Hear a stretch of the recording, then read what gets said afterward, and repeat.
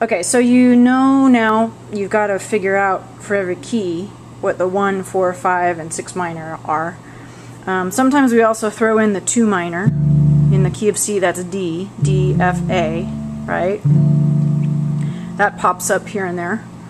And a couple other chords that basically have a special relationship to one of the chords in the key sometimes. And we'll go into that as we get talking about more advanced stuff. But here's the important thing to know. Once you've figured that out for C, right? 1, 4, 5, 6 minor, back to 1. If you learn it in every key, and that requires you to actually know a little bit about the circle of fifths, and I'm going to link to the circle of fifths in the blog part of this so that you can start to understand how many black keys you need, how many sharps or flats you need in a key when you play in it, right? So let's be simple. We want to play the 1, the 4, the 5, and the 6 minor, this time in the key of G. Okay, the key of G has 1 sharp, F sharp.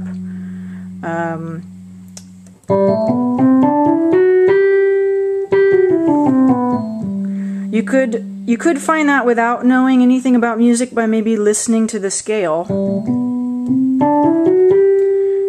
Right? It sounds the same as the C scale.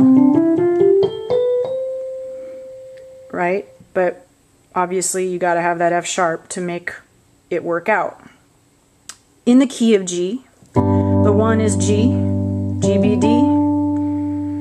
The 4, 1, 2, 3, 4 is C, C, E, G. Okay, the 5 is D, D, F, A.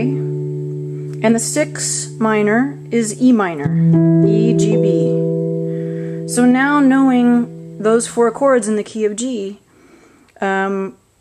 if something popped up and somebody said, hey, we're going to play this in a different key instead of C, but the changes are 1, 6 minor, 4, 5. Well, then you know you're going to play 1.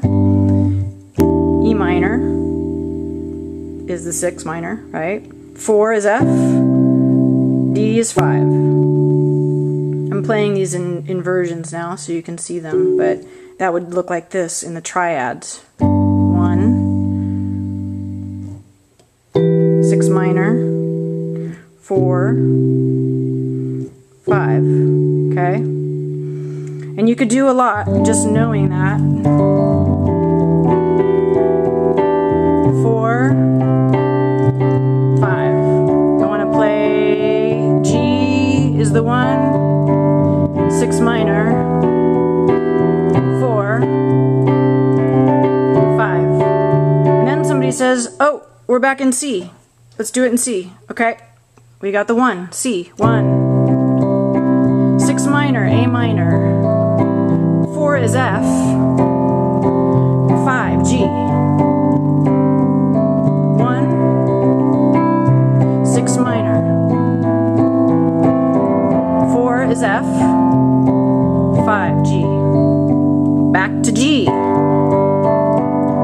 E minor, 6 minor. C is 4. D is 5.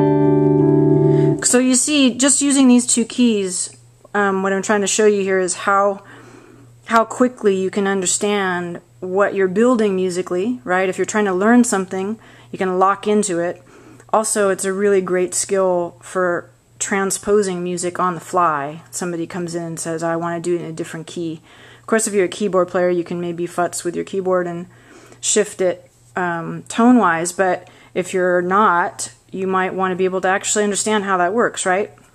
So to do this effectively, you learn at least those 4 chords, 1, 4, 5, and 6 minor in every key.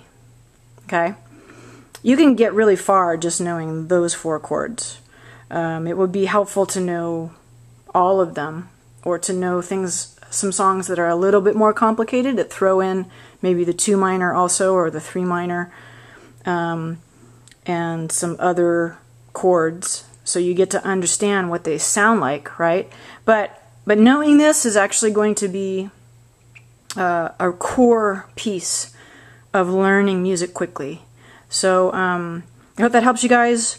We're going to do this from time to time where I do some more stuff that's really about music theory and how to play faster. That's usually what I try to teach my students.